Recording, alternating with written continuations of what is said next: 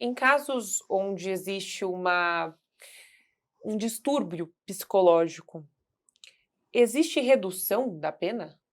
Se for considerado como um semi-imputável, existe a possibilidade de redução. Não acredito que seja o caso da Gisele.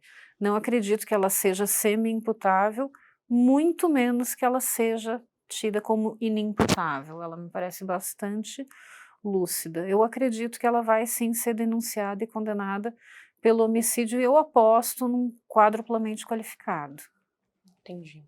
Para a gente contextualizar melhor tudo isso, eu queria pedir um mapa aqui para a produção, para a gente mostrar onde as coisas de fato aconteceram. Aqui a gente tem o mapa do Brasil. Vamos para o Rio Grande do Sul, para o estado do Rio Grande do Sul, para a cidade de Porto Alegre. A gente vai para a Igrejinha, no bairro Morada Verde, onde tudo aconteceu. Essas meninas moravam junto com os pais no bairro Morada Verde, no loteamento Jasmim. Bom, e agora para entender, a gente vai falar sobre a linha do tempo. Em 7 de novembro de 2022, o filho mais velho, esse Michel Percival, ele é assassinado por conta do tráfico de drogas. No dia 18 de agosto de 2024, a Gisele é internada por surto psicótico, que até então a gente não sabe a origem desse surto, o que aconteceu para ela ser internada. No dia 27 de setembro de 2024, a Gisele, ela tem alta e ela vai para casa. Isso 10 dias antes de acontecer a primeira morte, a morte da Manuela Pereira, que morreu por morte cardiorrespiratória. E no dia 15 de outubro, somente 8 dias depois da morte da Manuela, a Antônia vem a falecer pelos mesmos sintomas. Hanna, você pode me explicar quais são as qualificadoras desse caso? Primeiramente, um motivo fútil ou torpe. A Gisele não se manifestou qual seria a motivação dela, mas se realmente ficar comprovado que a motivação dela foi ciúmes do marido ou porque a dinâmica familiar não correspondia à expectativa dela, isso é um motivo extremamente fútil. Não que exista uma motivação para você matar duas meninas de 6 Sim. anos, mas essa vai ser a primeira qualificadora. O emprego do veneno, ele também é uma qualificadora, é uma morte muito cruel, uma situação muito complicada para essas meninas. Então ela vai ser enquadrada, sim, pelo uso do veneno. Ela dificultou, tornou impossível a defesa das meninas. As meninas estavam dentro de casa, estavam na presença da mãe, aquela pessoa que ela deveria cuidar, deveria zelar pelo bem-estar delas, e ela, em vez de cuidar, elas não têm qualquer chance de se defender. Então essa vai ser também uma qualificadora, e as vítimas terem menos de 14 anos. Então essas são as 4 qualificadoras. E nas agravantes também vai entrar a questão de ser filho, enfim. Então eu aposto que vai ser uma pena alta. É um duplo homicídio. Então, o que espera a Gisele é uma pena bem alta, e a gente espera realmente que ela seja condenada e que ela cumpra.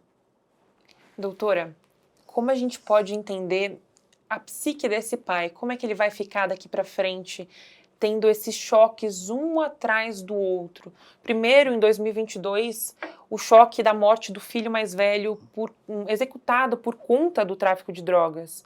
E agora, tão recente, uma distância, um lapso temporal de 8 dias, a morte das duas filhas mais novas e a filha do meio de 19 anos que não mora lá.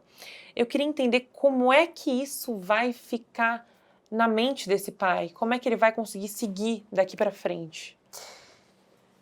Ele vai precisar, eu acho, encontrar um caminho, encontrar um objetivo de vida, encontrar alguma coisa, talvez se apoiar também nessa filha, assim como ela vai se apoiar ele, ele vai se apoiar nela, porque esse pai intriga bastante toda essa situação, né. Ele chegou a passar por essas situações da mulher acusar, da mulher trazer informações falsas, usar isso contra ele, e ele se submeter de novo à relação e permanecer com ela. Eu não sei direito o que prendia ele ali. Às vezes, podia ser até uma forma de proteger as próprias filhas. E agora me parece que tudo isso se esvaiu. Me parece não, com certeza tudo isso se esvaiu de alguma maneira. Eu não sei se ele tinha consciência que a esposa dele podia ir tão longe. Eu não sei o quanto que ele esteve atento a alguns sinais que ela já dava. Eu não sei como era para ele, se ele teve consciência desse episódio, que a mulher foi pega fazendo esse roubo, né, no supermercado, de alguma forma, e como que ele lidou com isso, se ele teve consciência, se de alguma forma ele foi não cúmplice, mas aceitou aquela situação, como que ele se colocava diante daquilo. Então, eu não sei muitas coisas sobre como que ele lidou com essas pequenas coisas que já vinha ao longo do tempo. E aí talvez ele não imaginasse que a situação pudesse chegar nesse ponto. Então agora talvez ele esteja se sentindo por um lado culpado, talvez por algum outro lado ele fique na cabeça o que eu poderia ter feito diferente, como que eu poderia ter evitado.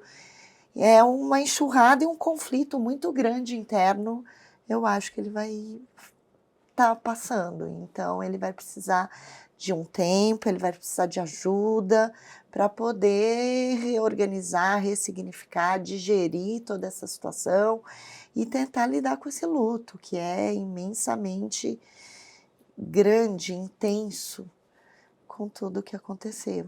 Essa questão da culpa me faz pensar muito, porque a gente não sabe se inicialmente essa mãe tinha um intuito de envenenar as duas filhas. Porque se fosse, porque ela não teria feito de uma vez só, por exemplo. Mas nesse período de tempo entre a morte da Manuela e da Antônia, o pai, ele tinha se prontificado a levar a Antônia para fazer exames, para saber se ela havia um histórico de doença, se poderiam fazer alguma coisa para prevenir uma possível parada cardiorrespiratória também. E foi justamente ao manifestar esse interesse de pesquisar um histórico médico que a segunda filha acabou falecendo também por conta desse envenenamento. Eu queria entender de que forma a culpa desse pai está presente nessa questão de manifestar um cuidado, uma preocupação com a outra filha e talvez por isso despertar um alerta na mãe de que ela devesse assassinar também a segunda filha. Ele pode ter despertado alerta, mas eu acredito que se isso aconteceu, a mãe já tinha isso nos seus planos. Até pelo curto período de tempo que foi. Eu acho que a culpa vem não só da questão do levar ao médico, isso poder ter desencadeado essa outra intervenção com a outra filha, mas eu acho de coisas que talvez ele poderia ter estado mais presente, ele poderia ter evitado. Acredito que essas coisas passem pela cabeça dele. Afinal, ele era o outro responsável por aquelas meninas. O fato de talvez não ter percebido alguns sinais sobre as intenções da mãe e tudo mais, porque tem um médico no hospital que diz que a mãe já tinha algumas ideias macabras em relação a essa filha. E esse pai, ele sabia dessas ideias, o que ele imaginava a respeito disso?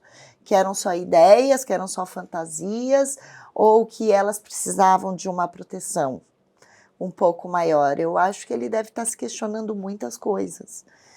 E com outras ainda que a gente nem sabe, não tem contato, outras coisas que aconteceram.